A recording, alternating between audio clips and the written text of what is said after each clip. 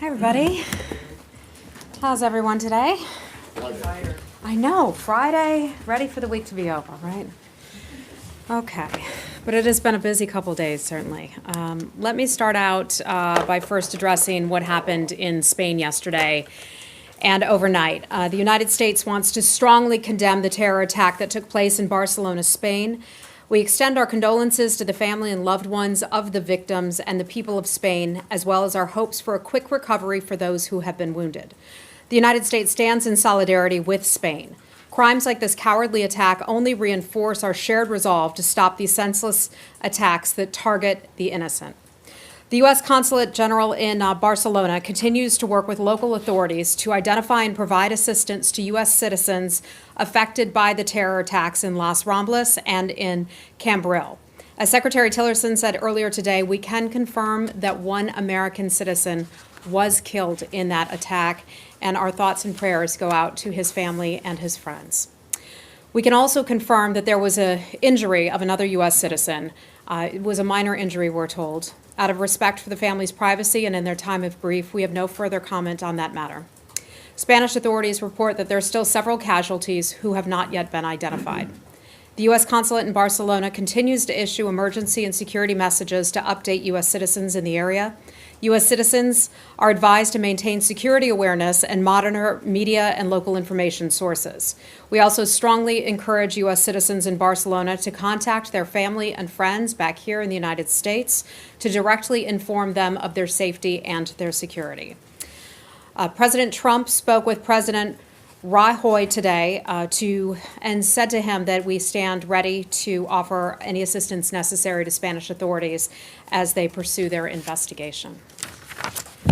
As a second matter today, I'd like to bring this up. It's something that takes place tomorrow, actually, and that is World Humanitarian Day. It is a time to recognize aid workers who have lost their lives to protect the world's most vulnerable people.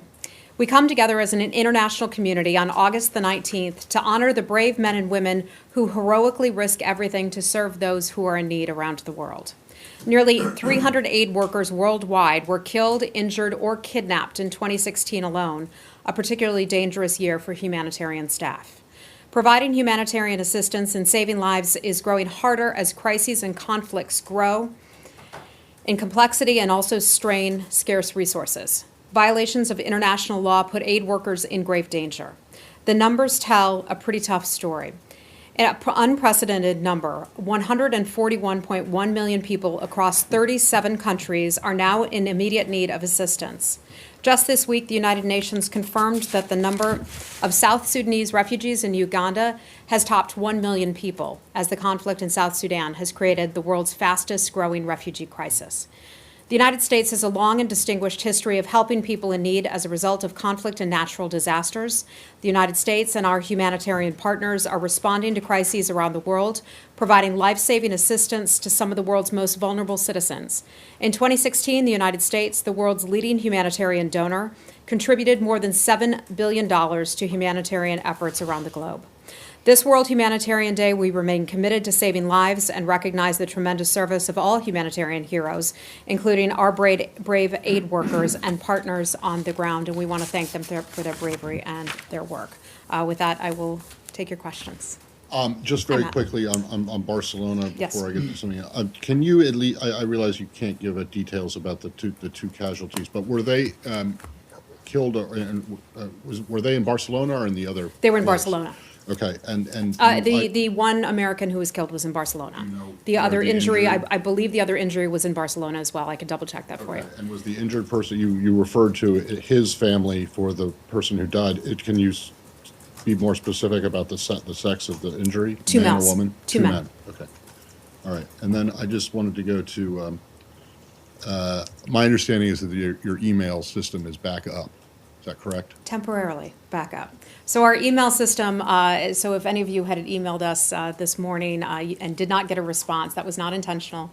Our email system has been down since. Not necessarily intentional. Would never not get back to you all.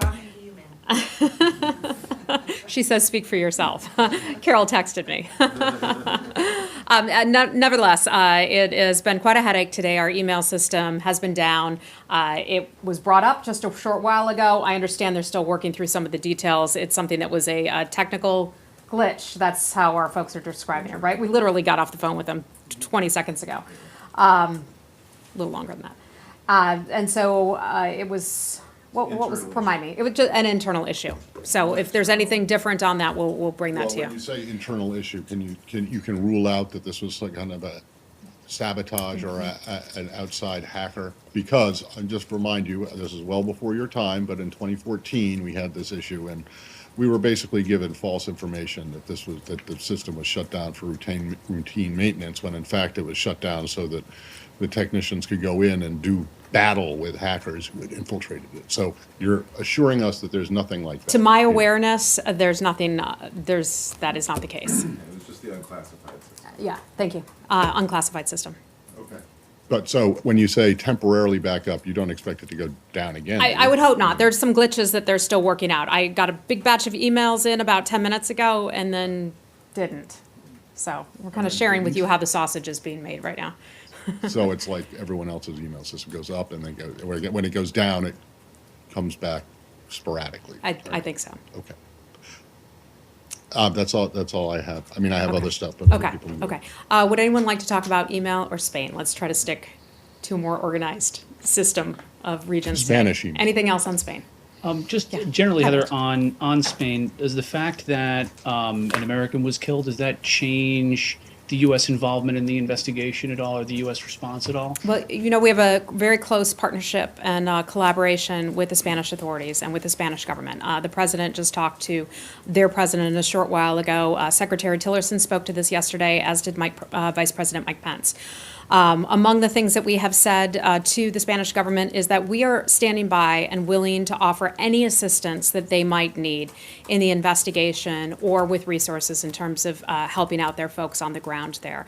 That hasn't changed. We still stand by that and are willing, the entire body of the U.S. government, willing to stand by to help the Spanish. Actually, on Spain, I mean, apparently it was a much more complex attack and a more dangerous attack was planned using butane explosives or something like that. And then there was, a couple of weeks ago, a plot in Australia that the Australian authorities disrupted, and they said it was very sophisticated and was supposed to involve some sort of chemical agent. Do you see that ISIS is stepping up its attacks as it's losing territory? Well, you raise a good point about how ISIS is losing territory. And we know that coalition partners, backed by the United States in Iraq and also Syria, have taken back much of that territory that ISIS held in the first place. As that continues to happen, as they lose ground, they've lost like 70% of the ground that they had initially taken in Iraq, more than 50% of the ground that they had initially taken in Syria. They become more desperate. We do know that other European attacks that happened in the last year were plotted out of Raqqa, Syria. That is one of the reasons that the coalition has focused so much on the city of Raqqa and taking back Raqqa from ISIS, because some of those plots were hatched from Raqqa. We know that as a fact. What has happened now may just be an instance where they are trying to show that they may still hold some relevancy as we continue to take back ground from them. So you think it's too early to say there's any pattern of escalating attacks? I can't say that. I don't want to draw any conclusions. Spanish authorities are investigating that. I don't want to get ahead of any of their investigations. Okay. Anything else on Spain? Okay, let's move on to something else. Go right ahead, Rich. Thanks, Heather. On today's announcement on diversity and the Secretary's comments on race relations in the country, it seems obvious, but just to ask, how much did Charlottesville play into the timing and the content of the Secretary's remarks and the announcement for this new diversity initiative, and how long has he been constructing this or thinking about it? So let me take you back quite a few months. The secretary's first day on the job, when he came in here and he went into the main hallway at the front where all the flags are at the State Department, he looked out across the crowd, and one of the things that he said to our employees is, when people see you, they see America. Meaning, looking at the minorities, looking at all the different faces, the different types of names and everything, that is America, and that's what we represent, not just here in America, but also overseas, and that's a priority for him. Let me take you to about 2 weeks ago, and that's when Deputy Secretary Sullivan spoke at our town hall meeting. One of the things that he said, it was closed press, but one of the things that he did share with the people at our town hall meeting, and who were also watching overseas, who work at the State Department, was, we have a commitment to diversity, and we can do a whole lot better than we currently do as a State Department. And so that was really the genesis of the Secretary's comments today in bringing in some of our interns and those who are involved in our fellowship programs here. Pickering and Wrangell, we've talked about that program that intends to bring in diverse applicants into our Foreign Service program. So that's one of the things that the Secretary focused on today, bringing them all in and addressing the issue of diversity.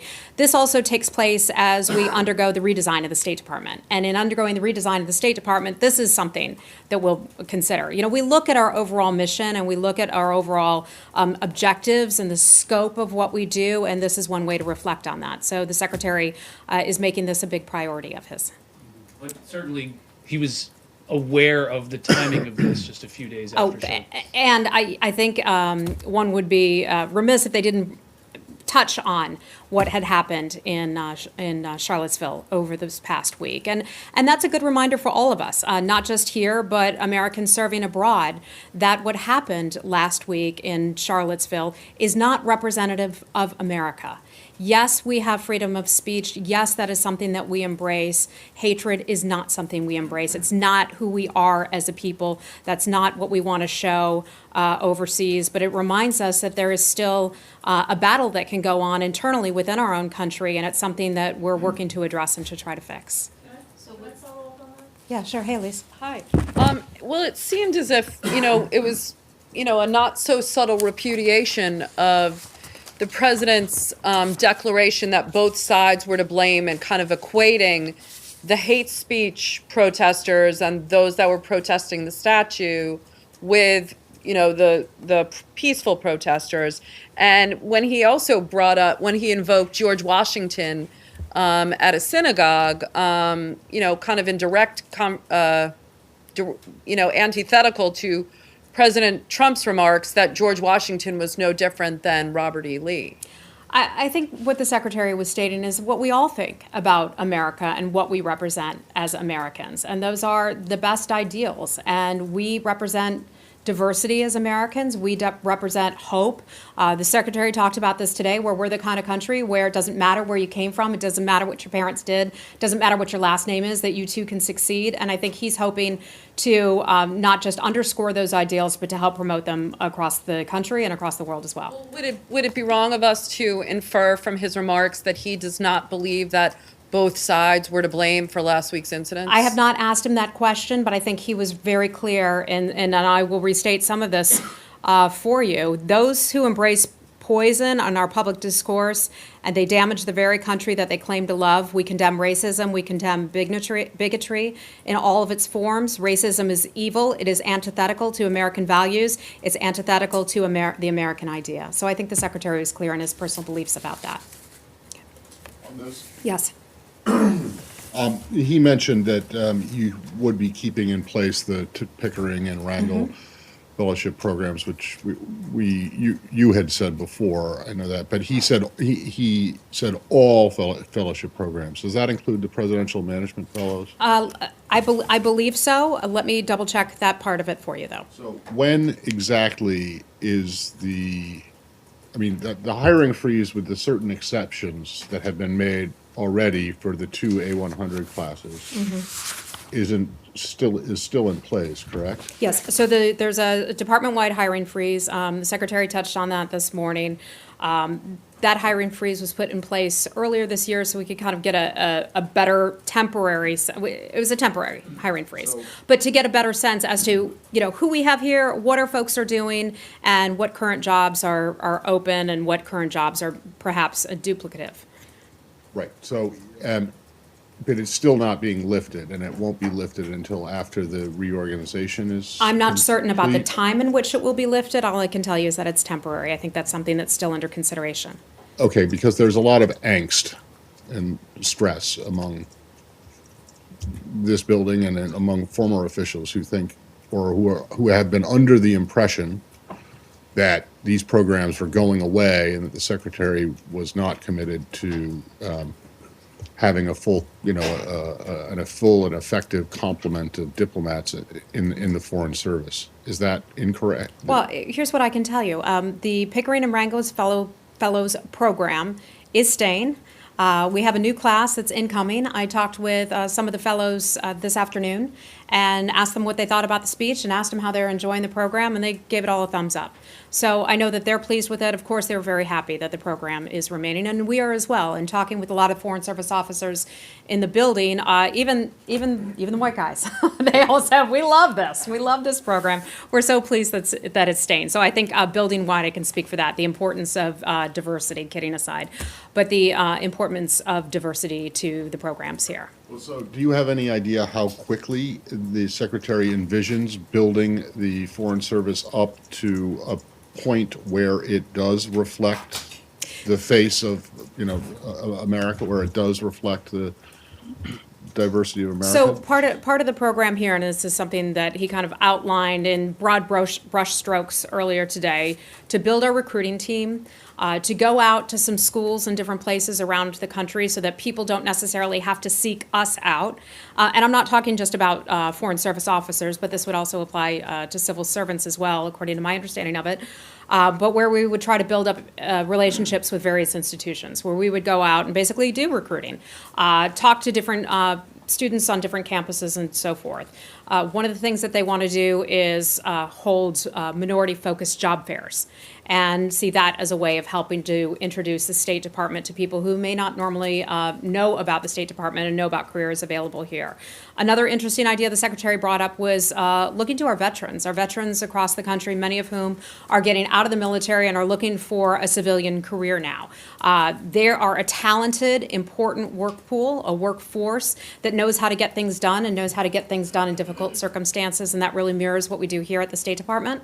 So the Secretary has talked about how he wants to try to recruit veterans and bring in veterans. So those are just kind of among the big top lines that Right. we For would the focus on students, here. That's clearly a multi-year process, because you're not going to be able to get these people in and then get them into senior positions where, if the stat is correct that he mentioned, only 12% of the senior Foreign Service is non-white, which is far more pale, male, and Yale than I actually ever thought it was.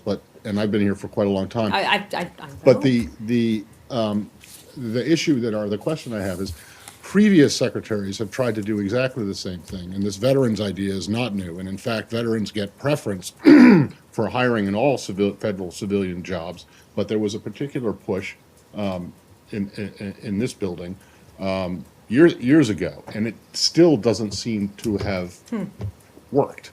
So I guess my question is, what exactly is going to be different this time around? Because we had Secretary Powell notice this and see it, Secretary Rice too. Matt, I'd have to go back and look at So- I'd have to go back and look at the numbers, the recruiting numbers, and then the number of people who actually joined the State Department, the Foreign Service, and other programs that we have here to see where it is now compared to where it was 5-10 years from now. So I'd have to go back and actually look at the data and compare the program that the Secretary has outlined, again, broad brush strokes, but outlined now compared with the programs before.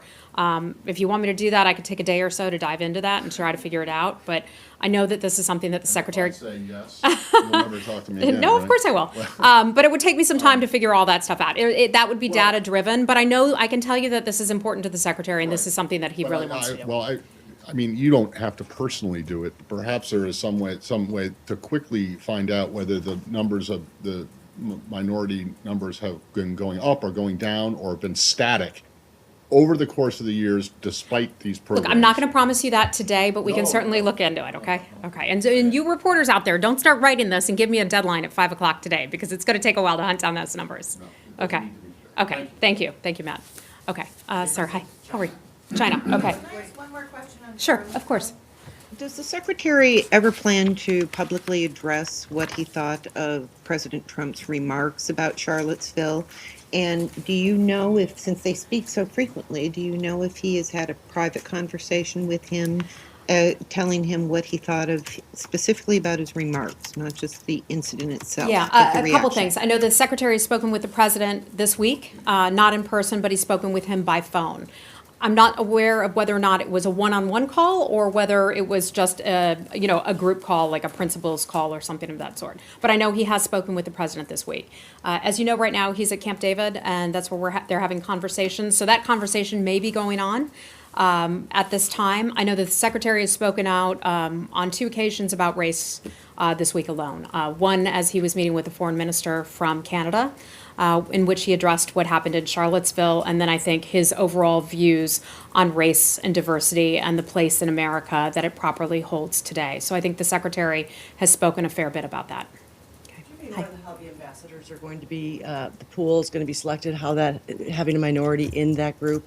I'm glad you asked that. One of the things the secretary mentioned today is that when we look at our ambassadorial candidates at that pool, that the secretary wants to have someone who represents a minority represented in those interviews to be interviewed for the job. And the secretary said, perhaps if that person is not ready yet for that position, that gives us a good opportunity to know who that person is and have that person on our radar and help bring that person along into the future. So it helps to identify a quality base of candidates and helps the State Department to better work with them to get them to that position which they aspire to. Is that effective immediately? I don't know. I don't know. I didn't get a chance to ask him that.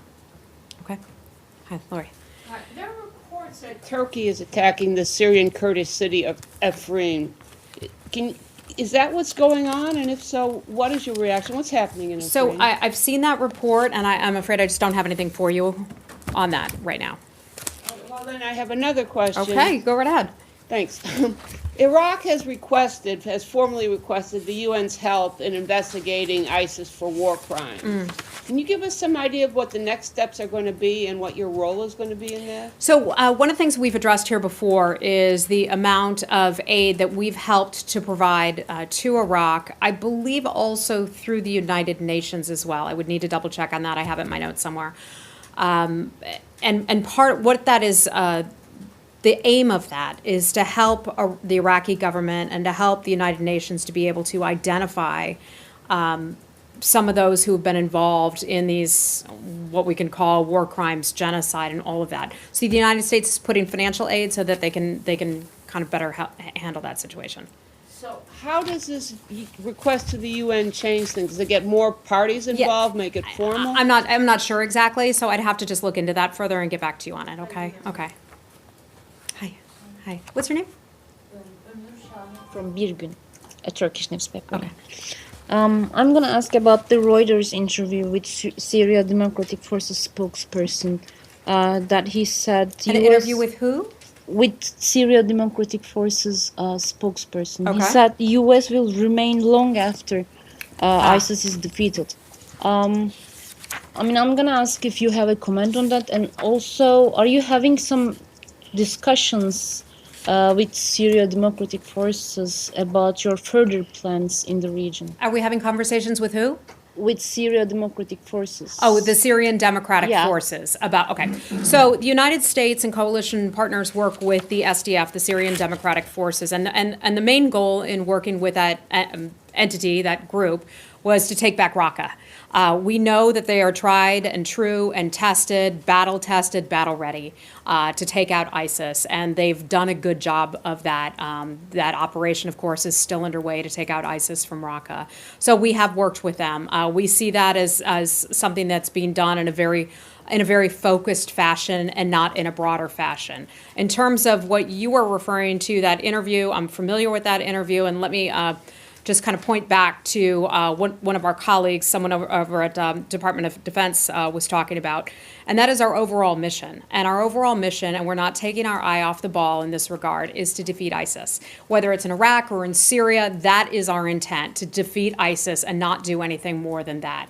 We want Syria governed by Syrians, not by the United States, not by any other forces, but by Syrians. So you say you're not planning to stay after defeating Look, ISIS? that is not our plan. Our intent is to defeat ISIS, and we're keeping our focus on that. Okay? Hi. China. Yes. Does the secretary Oh, wait, believe? by the way, anything else on Syria? Okay, go right ahead. Does secretary believes that U.S. is at economic war with China? I'm sorry? Does the secretary believes that the U.S. is at economic war with China? I have not asked him that question. I think what you're probably referring to is our Mr. Lighthizer, who handles trade for us. Is that exactly what you're trying to get at? But does China pose any kind of economic I've national security threat? I've not asked the secretary that. I know the secretary continues to recognize China as a country we can have close cooperation with on many issues, on many fronts. They've been extremely helpful to us now in dealing with DPRK, but again, I haven't asked him that question. I know that the administration overall looks at China and looks at some of its trades practices and has concerns about it, and that's a matter that other institutions are going to take up within the U.S. government. I don't think he was referring to the trade representative, Mr. Lighthizer. I think he was referring to a view of China expressed by the, until several hours ago, chief strategist of the White House. In an interview. Okay. In an interview with a magazine in which this now former official also went after a career State Department official who handles China. Now I Do you understand have what you're. Now I the- understand what you're talking about. Do My you- apologies, sir. Do you or do you know, does the secretary have a view on those comments? He said yesterday that he had seen them. I'm wondering if he does does he share the view of China that the former chief strategist of the president evinced, That he what? that he spoke about to the magazine? That Which they- one? Which portion of those comments in particular are you referring to? That the United States is an economic war with China. I've not asked the secretary that question. He's not here right now. He mentioned that he's aware of the comments, but we've been focused on a lot of bigger things. Bigger things meaning DPRK, and bigger things in terms of what's going on today, and their meeting with the president today. On that issue. Yeah. Sorry. Hi. It was pretty well known when he said it in the interview that Mr. Bannon opposed the role that Susan Thornton was playing. Now that he's removed, and it's quite well known that Secretary Tillerson favored Ms. Thornton to be the actual Assistant Secretary for East Asian Affairs as opposed to acting. Does the Secretary now see the way clear for her to take that position officially?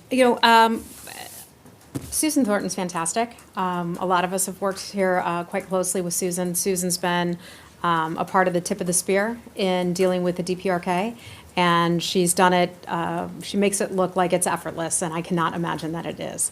But she handles herself very, very well, and she happens to be a very smart and accomplished woman as well. The news about Mr. Branham broke about 11 o'clock today. The secretary landed or arrived at Camp David sometime after that, or not long thereafter, so we have not had a chance to talk about this in particular. Okay. Hey, how are you? Thanks. I want to go over the meetings that happened yesterday, the Okay. 2+2.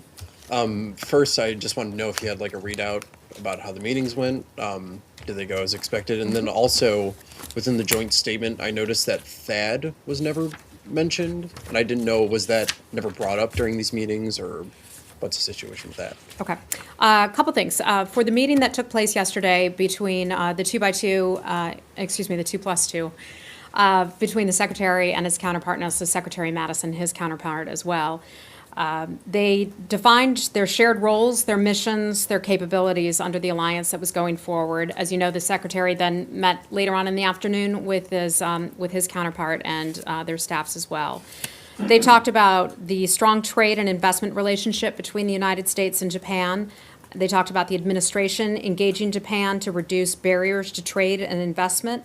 They talked about enhancing economic and job growth in the United States and the region. They also touched upon DPRK.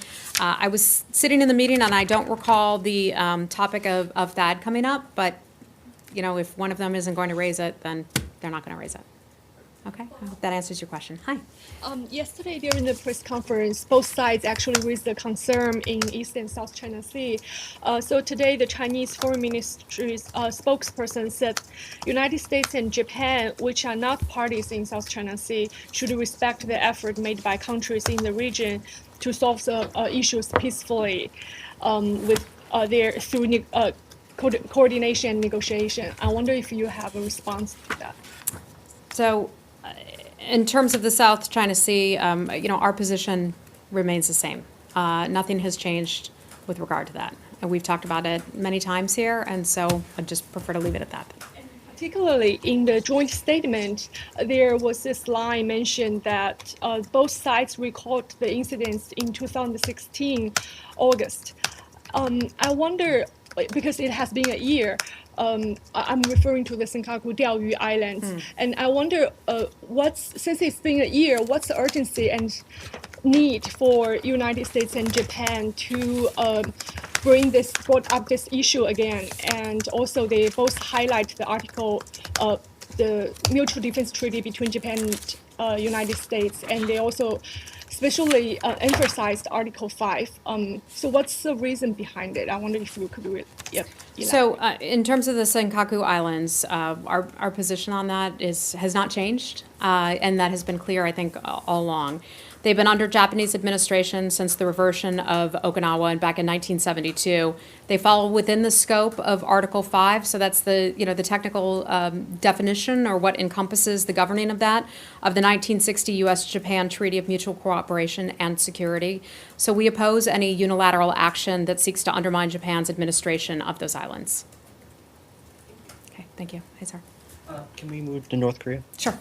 So a couple of days ago, Foreign Minister Lavrov, in a statement to TASS, made a very interesting statement basically saying, we cannot support the ideas that some of our partners continue to put forward and that literally aim to economically strangle North Korea. Now, it seems that the United States position is to economically strangle North Korea until they come to the denuclearization and stop their missile programs. So how do you square that? What's your response to his? And remind me, you work for who again? Yomiuri Shimbun, Japanese newspaper. Japanese, okay. So I just asked that because you're reading the Russian talking points. So that's why I wanted to know about that. Look, it's not just the United States. The DPRK would like to paint this as a conflict or as a stressor between the United States and the DPRK. It is hardly that. The entire world looks at what North Korea has been doing in terms of its illegal nuclear and ballistic missiles programs, and the entire world sees that as a threat. We saw that at the UN Security Council through its resolution. One of the ways that we believe that we can help get Kim Jong-un to the table to start negotiate is by showing him the repercussions of his actions. And the repercussions of his actions, we will increasingly make the situation difficult for him. By that I mean they get their money, they bring their money in, and it funds their weapons programs. By tightening the belt on North Korea, by ensuring that they don't take in as much money as they have in the past, that helps to reduce the amount of money going into their weapons program. That we see as a key threat. The secretaries talked about that, Secretary Tillerson, Secretary Mattis in their op-ed earlier this week. That's one way that we can address the issue. And Kim Jong-un can see how isolated he will become, not just from the United States, but the world if he maintains that. Is that really just earlier this week? I know. It seems like. I know. That was Monday. It seems like It does feel like a long time week, ago. doesn't it? Okay, well, I'm sensing everybody's a little sleepy here on a Friday. It's a summer Friday in August. So thanks, everybody, for coming in. We sure appreciate it. Is a no briefing on Fridays in August old tradition? I would love, but you know what, Elise? So many of you wanted to do more, It's okay? true. It's So true. look, That's why we're let's all just, here. wait, let's just back up for a second. That's why we're all here. Let's just back up for a second and take a look at this week, okay? So Tuesday, we had our briefing, right? Wednesday, I went over to the Foreign Press Center and spent some time with just a couple of you, but some other folks. So that was fantastic to be over there. Yesterday, we had the 2+2 with Secretary Tillerson and his counterparts, and then today we had the briefing. And by the way, brought in Mark Green, the new USAID administrator, to speak with many of you. So hold on. Thank you all for all the engagements that you've been involved with, and we've been trying to bring you as much as we can. Okay, go right ahead. Russia question. So the We said goodbye already. there's a little sudden. So the drawdown is, in process. It has to be done by September 1st. Do you all have any sense yet of which of there's 3 consulates and an embassy, which posts you're removing people from, what the mix is? Look, I don't have anything for you on that. I know that we have agreed to provide a response to the Russian government by September the 1st, and so we plan to adhere to that, and that's all I have. Okay, thanks, guys. Have a great weekend.